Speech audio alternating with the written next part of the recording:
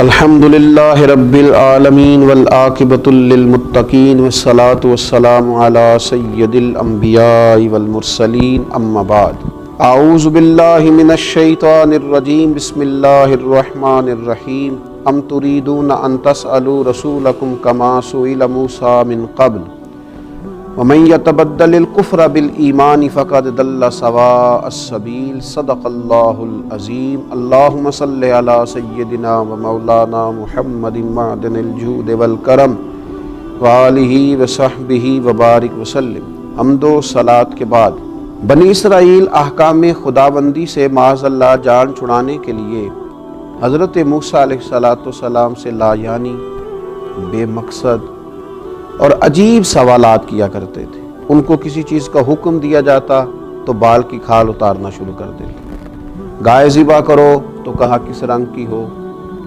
کس عمر کی ہو، کس طرح کی ہو، دیکھنے میں کس طرح کی معلوم ہوتی ہو۔ ان کی گفتگو سے، ان کے انداز سے صاف ظاہر ہوتا تھا کہ وہ کثرت سوالات سے اپنی جان تو چھڑانا چاہ رہے ہیں پر حکم معاذ اللہ نہیں ماننا چاہ رہے۔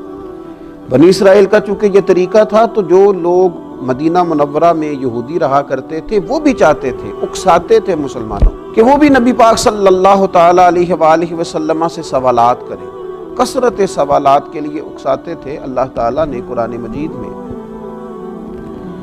ان کی اس بات کا تذکرہ کیا اور کہا کہ ام تریدون ان تسألوا رسولکم کما سئل موسیٰ من قبل، کیا تم بھی اپنے رسول صلی اللہ تعالیٰ علیہ وسلم سے ایسے ہی سوالات چاہتے ہو جیسے اس سے پہلے حضرت موسیٰ علیہ السلام سے پوچھے گئے؟ اب قرآن مجید کا انداز دیکھیے۔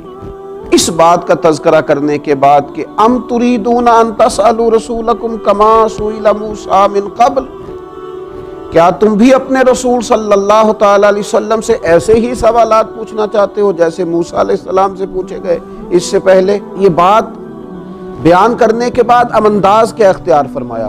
وَمَن يَتَبَدَّلِ الْكُفْرَ بِالْإِيمَانِ، تو جس نے ایمان کو کفر سے بدل دیا، فَقَدْ ضَلَّ سَوَاءَ السَّبِيلِ، تو وہ سیدھے رستے سے بھٹک گیا۔ سوال پوچھنا برا نہیں، لیکن اپنے علم میں اضافے کے لیے پوچھا جائے، اپنی الجھن کو دور کرنے کے لیے پوچھا جائے، اپنی معلومات میں اضافے کے لیے پوچھا جائے، اپنے دینی اخلاقی امور صحیح طور پر سر انجام دینے کے لیے سوالات کیے جائے، لیکن بلا وجہ سوال کرنا، بغیر مقصد کے سوال کرنا، فضول ابحاث میں الجھے رہنا، اب تو یہ حالت ہو گئی ہے کہ دیکھنے سے یوں محسوس ہوتا ہے کہ معاذ اللہ شاید دین صرف بحث کے لیے دنیا میں آیا، اور کئی دفعہ تڑپ جاتی ہے طبیعت ان چیزوں کو دیکھ کر کہ ہر وقت بحث، ہر وقت بحث، ہر وقت کچھ چیزوں کو معاذ اللہ تختہ مشق بنا لیا گیا۔ کب مسلمان عمل کرنا شروع کریں گے؟ اتنا سیکھا ہے تو عمل کب کریں گے؟ بہت بڑا یہ روحانی مرض ہے کہ انسان صرف بال کی کھال اتارتا رہے، پوچھتا رہے، عمل کا رستہ اختیار نہ کرے۔ اللہ کے پیارے رسول صلی اللہ تعالیٰ علیہ وآلہ وسلم نے فرمایا تمہیں میں جس چیز میں آزادی دوں مجھے چھوڑے رکھو۔ فرمایا تم سے اگلے لوگ انبیاء علیہم السلام سے زیادہ سوالات کرنے کی وجہ سے ہلاک ہو گئے۔ حضور سید عالم صلی اللہ تعالیٰ علیہ وسلم فرمانے لگے جس چیز کا میں تمہیں منع کر دوں کسی کام سے کرنے سے تو اس سے باز آ جایا کرو، اسے چھوڑ دیا کرو، اور جس کام کے کرنے کا حکم دوں جہاں تک ہو سکے اس پر عمل کرو۔ مقصود تو عمل کرنا ہے۔ صحابہ کرام علیہم رضوان فرماتے ہیں ہمیں نبی پاک صلی اللہ تعالیٰ علیہ وسلم نے 3 چیزوں سے منع کیا۔ ایک تو حضور نے ہمیں کیلو کال سے بحث و مباحثے کرنے سے منع فرمایا، ایک مال ضائع کرنے سے منع فرمایا، اور ایک حضور نے کثرت سے سوالات کرنے سے منع کیا۔ میں کہہ چکا ہوں ضرورت کے لیے سوال کیا جا سکتا ہے، آپ اپنی کسی الجھن کو دور کرنے کے لیے سوال کریں، کسی چیز کو سمجھنے کے لیے سوال کریں، اب جب سمجھ لیا تو اس پر عمل کریں، اور جب آپ کی تسلی ہو گئی ہے تو اب عمل کا رستہ اختیار کریں۔ کیا ساری زندگی مسلمان فقط بحث ہی کریں گے؟ کیا اپنا مزاج ہی اس طرح کا بنا لیں گے کہ ہم نے صرف الجھاؤ پیدا کرنا ہے؟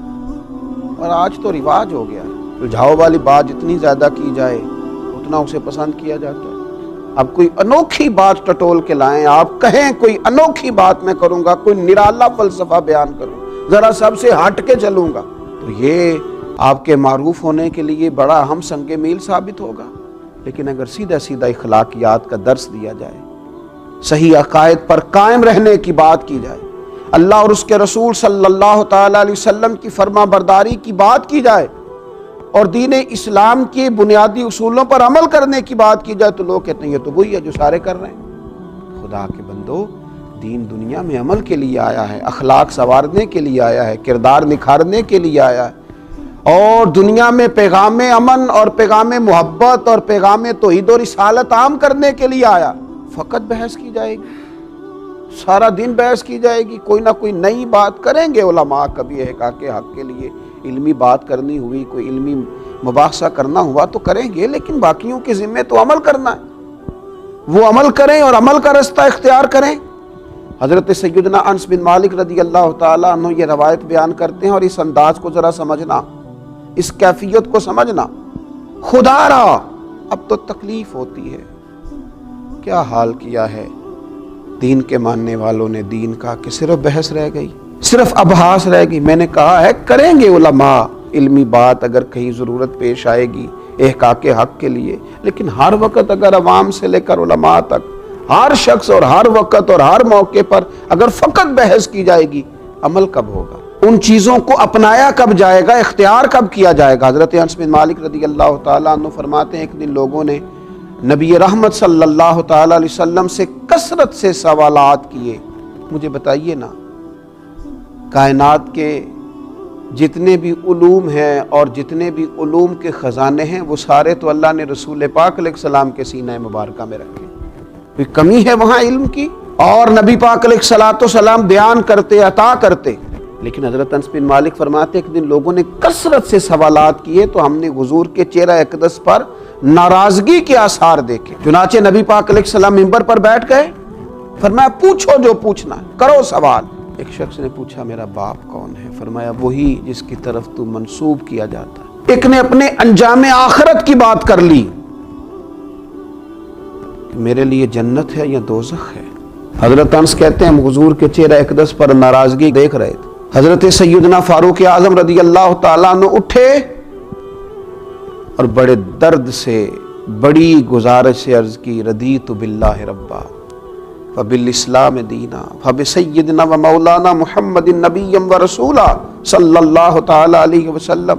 حضرت عمر دست بستہ عرض کرتے ہیں یا رسول اللہ ہم بڑے راضی ہیں کہ اللہ ہمارا رب ہے، حضور ہم بڑے راضی ہیں کہ اسلام ہمارا دین ہے، ہم بڑے راضی ہیں کہ محمد عربی صلی اللہ تعالیٰ علیہ وسلم کو اللہ نے ہمارا نبی اور رسول بنایا، ہم بڑے خوش ہیں اس بات پر۔ تو فرماتے ہیں اس پر پھر اللہ کے محبوب نے فرمایا عمر بیٹھ جاؤ، اللہ تم پہ رحم فرمائے، اور یہ توفیق تمہیں ہی دی گئی ہے۔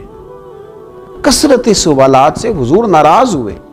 تو میرے عزیز یہ وہ والا کام ہے، کثرت سوالات اور بلا وجہ سوال اور بغیر مقصد کے سوال، جس سے تو حضور ناراض ہو جاتے ہیں۔ لہٰذا وہ سوال کریں، وہ بات کریں جس کی ضرورت ہے، ابحاث میں نہ الجھ جائیں۔ اللہ تعالیٰ امت مسلمہ کے لیے عمل کا رستہ آسان کرے۔ وما علینا الا البلاغ۔